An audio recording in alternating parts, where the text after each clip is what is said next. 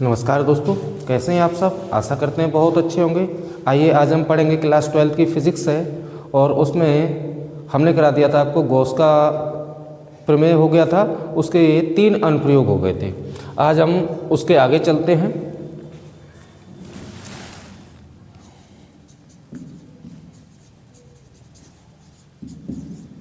इसमें लेसन हमारा दूसरा चल रहा था, ठीक है ना। अब 3 अनुप्रयोग जिसमें हो गए थे, आइए तो स्टार्ट करते हैं। चौथा अनुप्रयोग है हमारा समान पृष्ठ घनत्व की समान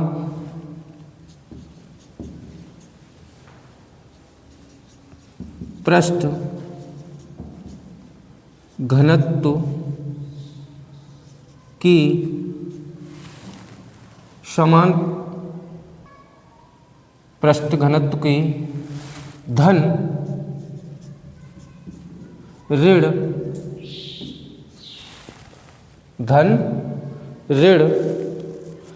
आवेशित समांतर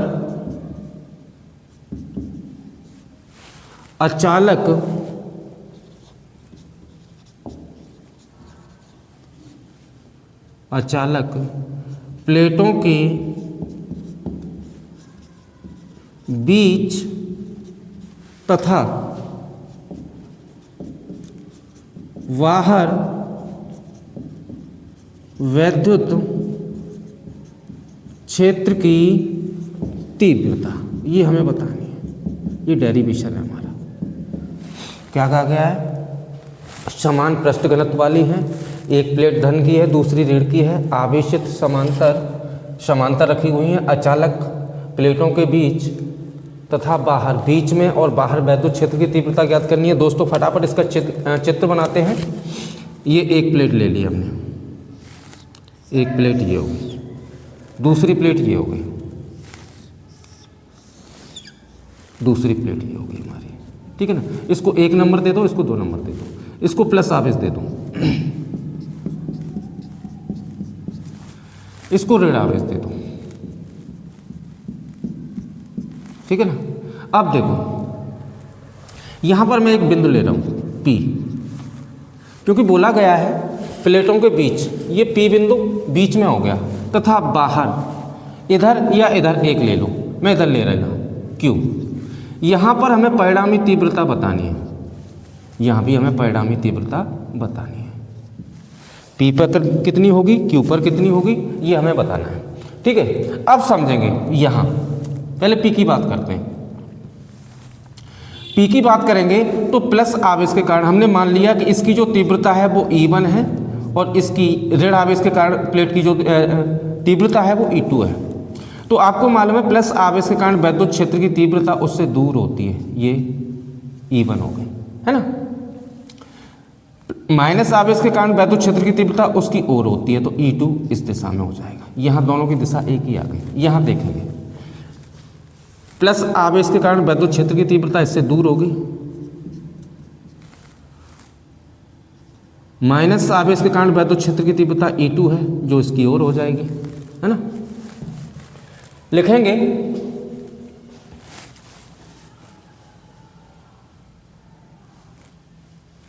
प्लेट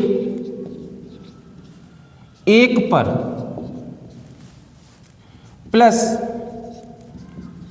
आवेश के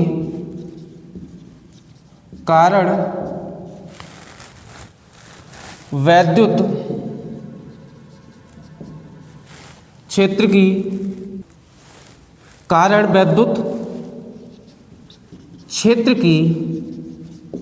तीव्रता। दोस्तों इसको कल हमने सिद्ध किया था। ऐसी एक प्लेट ली थी, इधर प्लस आवेश लिया था, इधर प्लस आवेश लिया था, ये वही वाला सीन है पूरा। इसमें भी एक प्लेट ये है, एक प्लेट ये है, लेकिन ये जो प्लेट बनी है अगर इसको देखेंगे तो एक प्लेट इधर है, एक इधर है। ये प्लेट में भी तो ऐसी 2 प्लेटें होंगी, है ना। तो उसका हमने सब ये इस भाषा में बोल दिया मैंने। प्लेट 1 पर प्लस आवेश के कारण वैद्युत क्षेत्र की तीव्रता हमने कितनी मानी है, E1 मानी है। E1 is equal to sigma upon 2 epsilon naught आया था। समीकरण फर्स्ट कह दो इसको, समझ गए होंगे आप लोग, है ना। अब प्लेट 2 पर माइनस आवेश के कारण वैद्युत क्षेत्र की तीव्रता E2 बराबर कितना आएगा दोस्तों, सिग्मा अपॉन 2 एप्सिलॉन नॉट, ये भी उतना ही आएगा। ठीक है, अब बिंदु P पर परिणामी तीव्रता देखें दोस्तों, E बराबर E1 प्लस E2, प्लस क्यों हुआ, क्योंकि दोनों की दिशा E1 की ये दिशा है, E2 की भी ये दिशा है, दोनों E1 और E2 एक ही दिशा में है, इसलिए परिणामी तीव्रता इनकी प्लस हो जाएगी। कल की वीडियो में हमने बताया था E is equal to sigma upon 2 epsilon naught, sigma upon 2 epsilon naught, E is equal to LCM आएगा 2 सिग्मा वो 2 एप्सिलॉन नॉट, तो सिग्मा प्लस सिग्मा, आइए इधर करते हैं, E is equal to 2 sigma upon 2 epsilon naught, 2 से 2 cancel, E is equal to कितना आ जाएगा, सिग्मा अपॉन एप्सिलॉन नॉट। ठीक है ना, आइए इधर कर लेते हैं। अब बिंदु Q पर परिणामी तीव्रता, Q कहाँ है, ये रहा, E इज इक्वल टू, ध्यान दो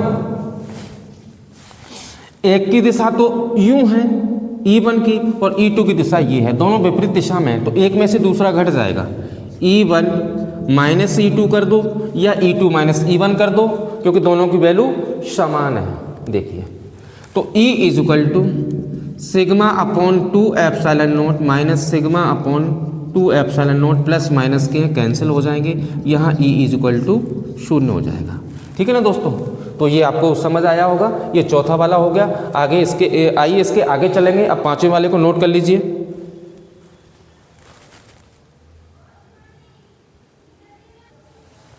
नोट कर लिया होगा दोस्तों, चलिए आगे चलते हैं, पांचवा पढ़ेंगे।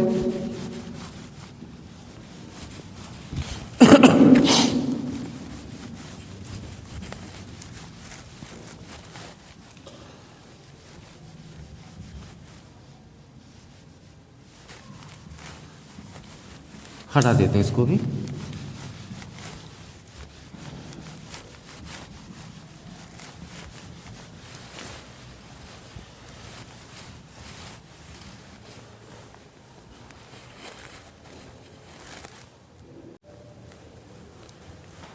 आइए पांचवा नंबर, एक समान रूप से आवेशित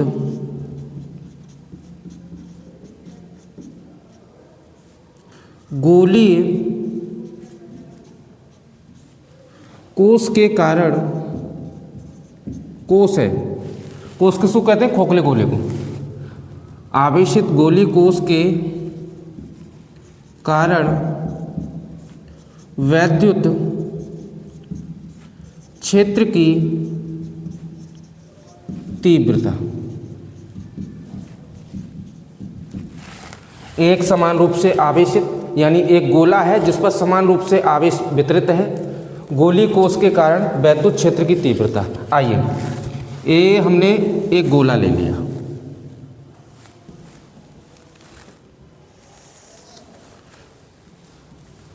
ये इसका केंद्र है O, जो इसकी त्रिज्या है वो कैपिटल R है, इसको हमने प्लस आवेश दिया तो प्लस आवेश इसकी सतह पर समान रूप से वितरित हो जाएगा।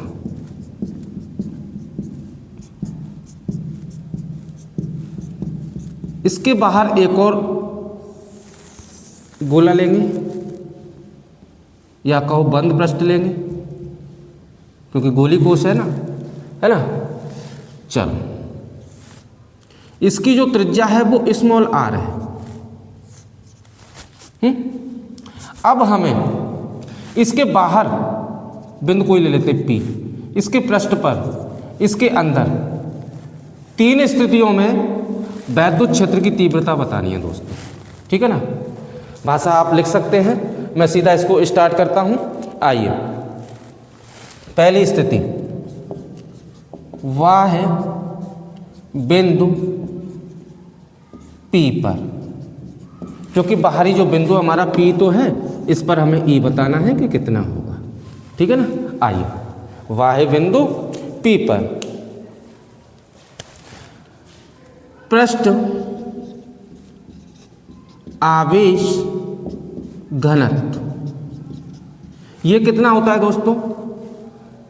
सिग्मा बराबर Q/A होता है। कितना होता है? A होता है। लेकिन A जो होगा इसका, क्योंकि प्लस आवेश इसी गोले को तो दिया है, एक गोला ये है हमारा, दूसरा गोला ये है, चाहो तो नाम दे दो एक, ये तो है ना, पहले गोले की बात हो रही है। तो यहाँ पृष्ठ घनत्व निकालेंगे, Q/A आएगा। A आएगा तो A इसका एरिया होगा, 4 पाई कैपिटल R आएगा। Then sigma is equal to Q/4 pi R square. इसके नीचे एक मानो cross multiplication, Q is equal to कितना आ गया? 4 pi R square into sigma. इसको समीकरण फर्स्ट कह दो। क्या कह दो? फर्स्ट कह दो। अब R त्रिज्या के बंद गोलीय पृष्ठ से गुजरने वाला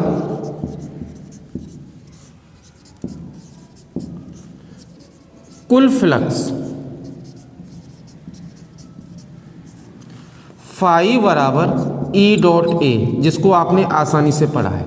अगर एरिया वेक्टर लेंगे, इससे दूर होगा, है ना, तल के लंबन E लेंगे, प्लस के आवेश कारण इससे दूर होगी, इनके बीच में एंगल 0 डिग्री आएगा।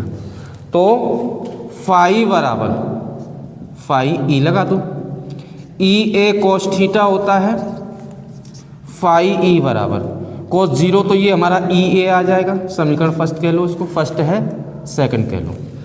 गॉस की प्रमेय से,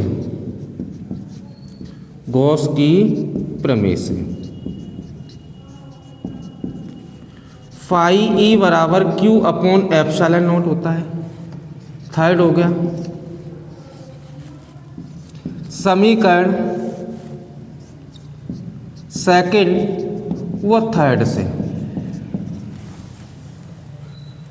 EA is equal to Q/ε0, but A is equal to कितना होगा?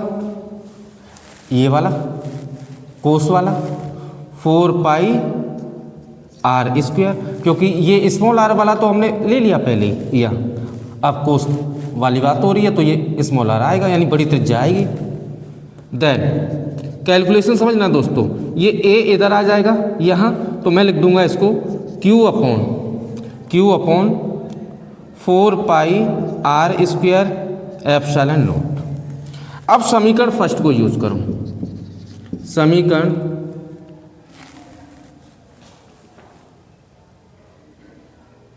फर्स्ट से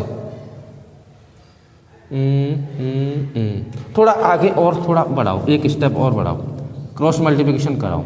इसके नीचे एक है, Q इजिकल टू कितना आ जाएगा? E into 4 pi R square ε0। ठीक है ना, आ जाएगा कि नहीं आ जाएगा? अब मैं इस चित्र को साफ कर, अभी नहीं, इधर मैं साफ कर दूंगा, चाहो तो इसको आप एक स्क्रीनशॉट ले लीजिए, फिर मैं इधर साफ करने वाला हूँ, क्योंकि थोड़ी जगह चाहिए। कर लिया?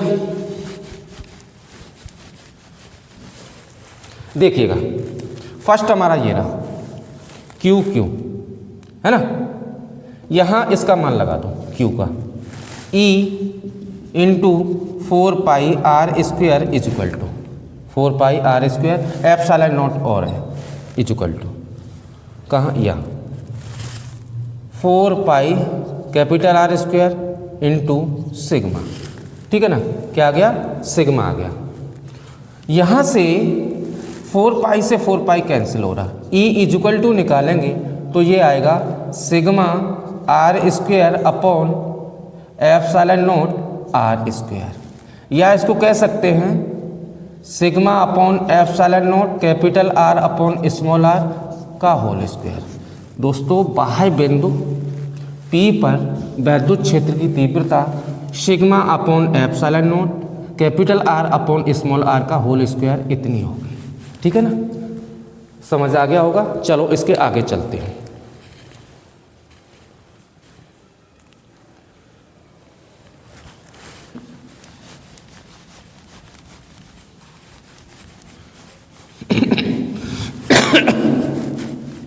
अब निकालेंगे बिंदु Q पर, बिंदु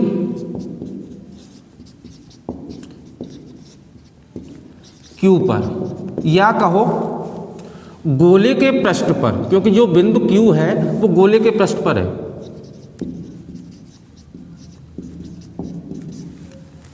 इसको कोई नाम दे दो। 3 समीकरण हमने पहले बना लिए, कितने भी बन गए हों, इसको नाम मैं देने वाला हूं ए समीकरण।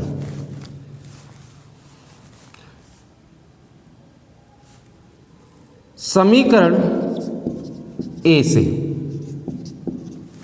E is equal to sigma upon epsilon naught capital R upon small R का होल स्क्वायर। ध्यान दो दोस्तों, क्यू को यहां नहीं यहां लेंगे, यहां लेंगे, यहां नहीं लेंगे, ये तो बाहर हो जाएगा। यहां पृष्ठ पर, ये तो कोस है, इसके पृष्ठ पर यहां लेंगे। ध्यान दें, ठीक है ना, यहां लेंगे। तो ध्यान दो, समीकरण फर्स्ट हमारा इतना है। अब क्यू पर हमें निकालना है, तो एक दूरी तो दोस्तों आपकी ये है और एक दूरी ये है।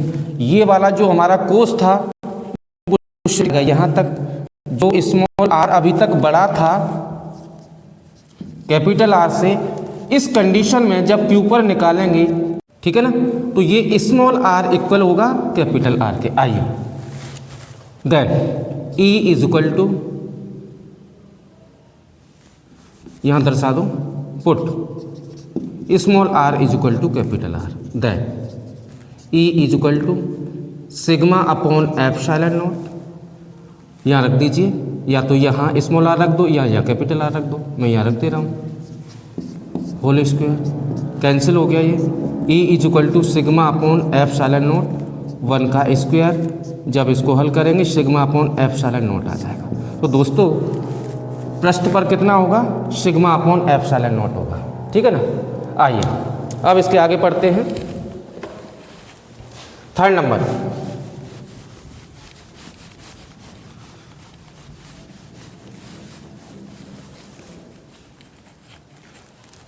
कोस के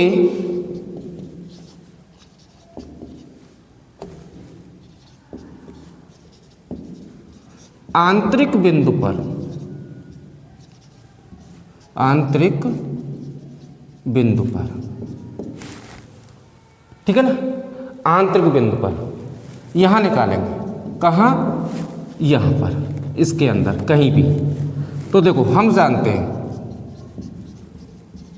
गॉस की प्रमेय हमारी क्या कहती है, phi E is equal to Q upon epsilon naught. इसको यहाँ कोई नया समीकरण दे देंगे दोस्तों। ये फर्स्ट सेकंड उधर पहले वाले भाग में अलग थे, यहाँ अलग है ये। और फाई ई अगर इसमें लगाएंगे तो देखो ई और ए के बीच में थीटा 0 है, तो यहाँ पर हमें ई ए मिल जाएगा। कई बार हल किया है मैंने, सीधा मान रख दिया है। Why equation first and second, LHS बराबर है RHS स्वतः बराबर होगी। E A is equal to Q upon epsilon naught, E is equal to Q upon A epsilon naught, ये हमको मिलेगा। अब ध्यान दो, जब भी किसी गोले को हम आवेश प्रदान करते हैं तो वह आवेश उसके पृष्ठ पर समान रूप से वितरित हो जाता है, पृष्ठ पर, ना कि अंदर। हम कहाँ निकाल रहे हैं, अंदर निकाल रहे हैं, तो आवेश जो है अंदर तो होगा नहीं, नहीं होगा तो क्या होगा,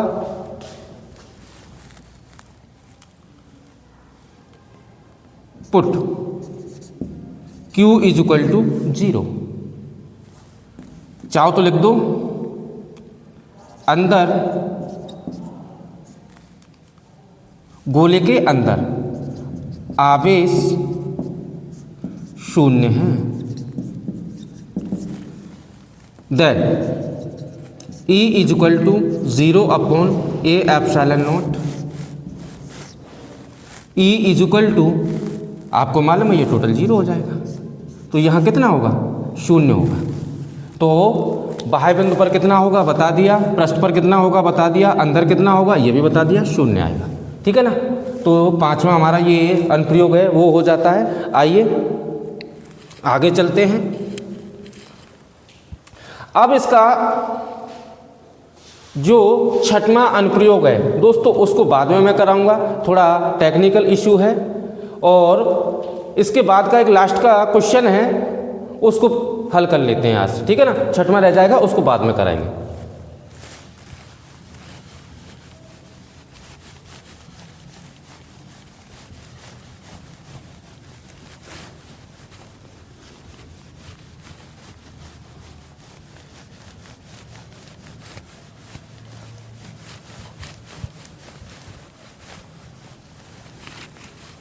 आइए दोस्तों, टॉपिक है हमारा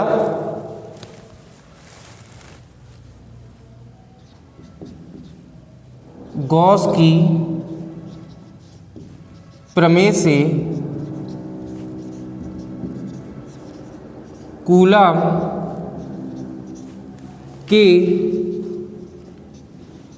नियम का सत्यापन या निगमन। यानी गॉस की प्रमेय से हम कूलॉम का नियम कैसे सिद्ध करेंगे, ये हमारा टॉपिक है दोस्तों, बहुत ही इंपॉर्टेंट है। गॉस की प्रमेय से कूलॉम के नियम का सत्यापन। लगाइए हेडिंग।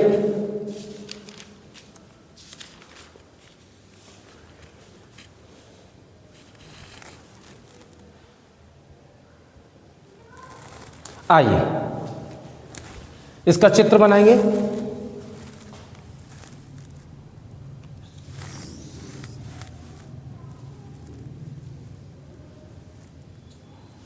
ये इसका केंद्र हो गया दोस्तों O। यहाँ पर Q आवेश स्थित है, यहाँ से R मीटर की इसकी दूरी हो गई, त्रिज्या कहलाएगी। और इधर एक अन्य आवेश Q0 स्थित है ना। अब यहाँ पर कहीं भी आप स्थिति देखना चाहेंगे तो E प्लस आवेश के कारण इससे दूर होगा, A दूर होगा, एरिया वेक्टर इस प्रकार से थीटा 0 डिग्री आएगा, है ना। आएगा कि नहीं आएगा। ये हमारा इसका चित्र बन के तैयार हो गया। क्या बन के तैयार हो गया, चित्र बन के तैयार हो गया। चलो आगे करते हैं। R स्मॉल r ली है, R त्रिज्या के गोलीय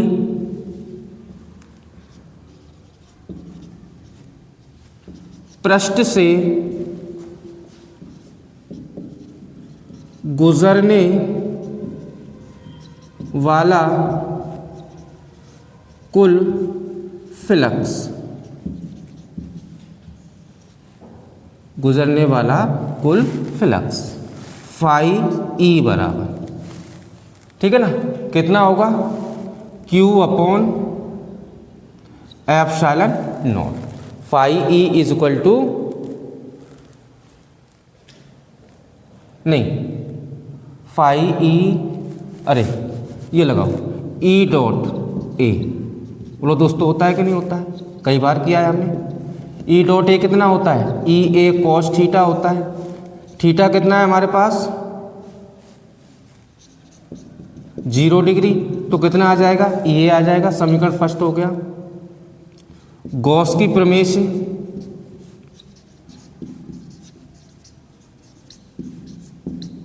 गॉस की प्रमेय क्या कहती है, फाई E बराबर Q अपॉन एप्सिलॉन नॉट होता है। बोलो होता है कि नहीं होता है। समीकरण सेकंड हो गया। By equation first and second E A is equal to Q upon epsilon naught हो गया, तो E is equal to Q upon A epsilon naught हो जाएगा। ध्यान दीजिए what A equal to 4 pi R square होगा स्मॉल आर, ये वाला इसका क्षेत्रफल ए का। Then E equal to 1/4 pi epsilon naught, 1/4 pi A का मान लगा रहे हैं 4 pi epsilon naught into Q upon R square आ जाएगा। एक बार देख लीजिए, इसका मान यहाँ रखिए, इधर करके बता देते हैं। यहाँ पर E equal to Q upon 4 pi epsilon naught R square, है ना। इसका मान कितना था? 4 पाई आर स्क्वायर ही तो था, मैंने आगे पीछे लिख दिया है। अब मैंने क्या लिखा है? 1/4 pi epsilon naught, 1/4 pi epsilon naught into Q upon R square, मैंने ऐसे लिख दिया है। ठीक है ना, बोलो। तो E इक्वल टू कितना आ गया? 1/4 पाई एप्सिलॉन नॉट। देखिए वी नो दैट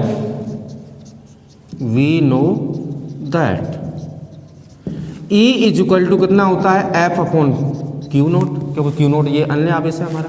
बोलो होता है कि नहीं होता है ना। इसके नीचे एक मानो क्रॉस मल्टीप्लिकेशन कराओ। एफ इक्वल टू कितना आ जाएगा? E into Q naught, E का मान लगाइए, ये रहा मान। F equal to 1/4 pi epsilon naught Q upon R square into Q note.